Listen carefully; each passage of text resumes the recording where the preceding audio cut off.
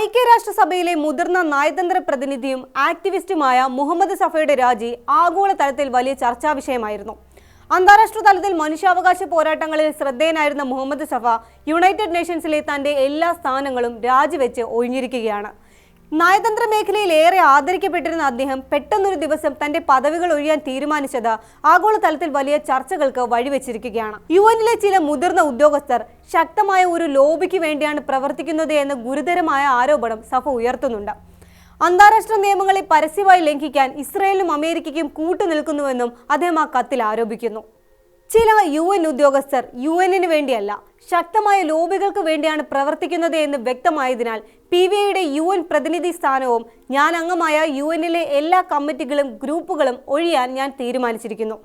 ആണവായുധങ്ങൾ ഉപയോഗിക്കാൻ സാധ്യതയുള്ള ഒരു സമയത്ത് അവിടെ നടക്കുന്ന കാര്യങ്ങൾക്ക് സാക്ഷിയാകാനോ അതിന്റെ ഭാഗമാകാനോ എന്റെ മനസാക്ഷി അനുവദിക്കുന്നില്ല.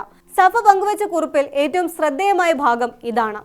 ലോകം ഒരു ആണവ യുദ്ധത്തിലേക്ക് നീങ്ങാൻ സാധ്യതയുള്ള സാഹചര്യങ്ങളെക്കുറിച്ച് UN തയ്യാറെടുപ്പുകൾ നടത്തുന്നുണ്ടെന്ന് അദ്ദേഹം വെളിപ്പെടുത്തിയിട്ടുണ്ട്.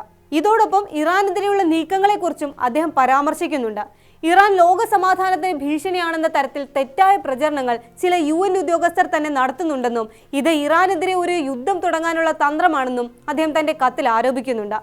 ഗസയിൽ ചെയ്തതുപോലെ ഇസ്രായേലിനും അമേരിക്കയ്ക്കും വേണ്ടി വഴിയൊരുക്കാനാണ് ഈ നീക്കമെന്നാണ് സഫ പറയുന്നത്.